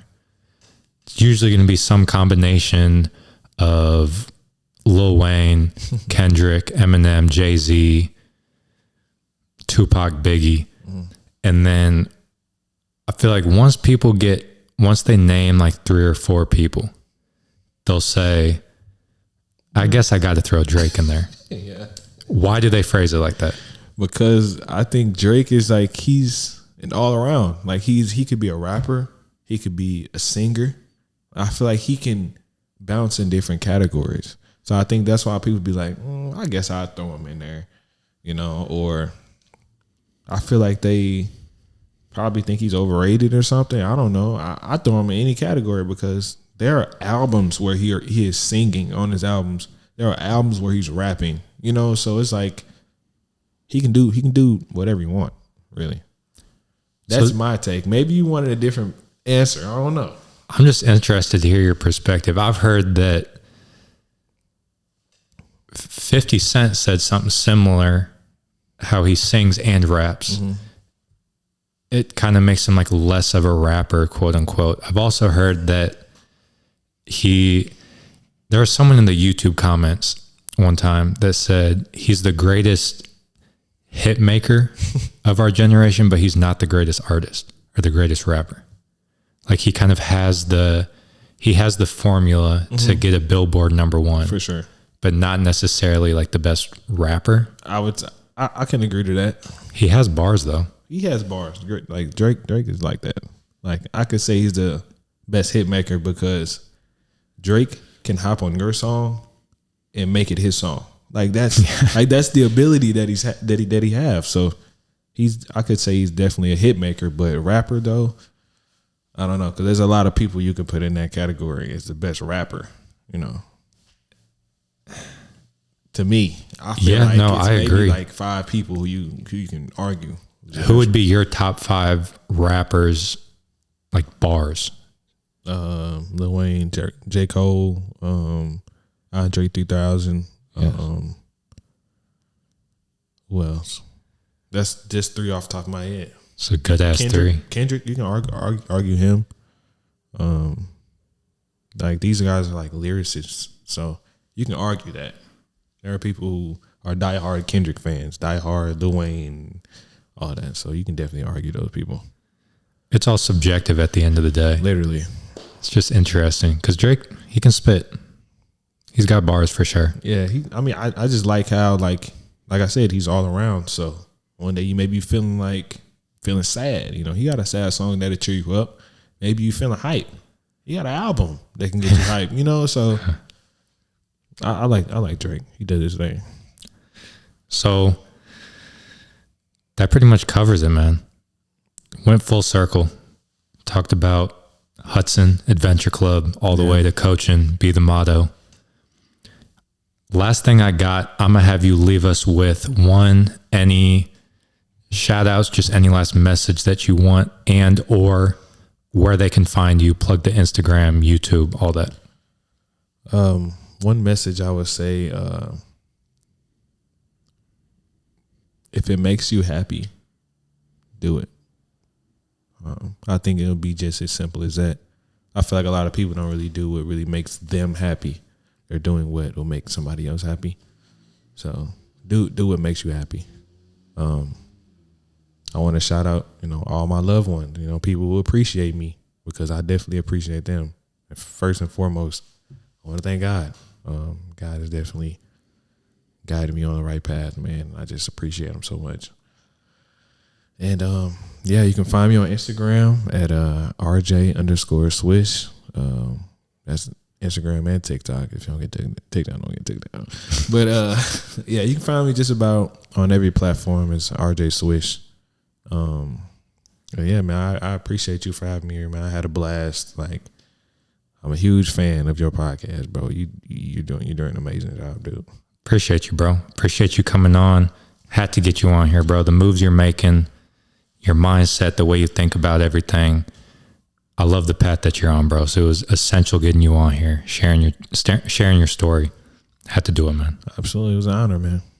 And thank you. All love to you. All love to God. Episode number 12. We out. Number 12.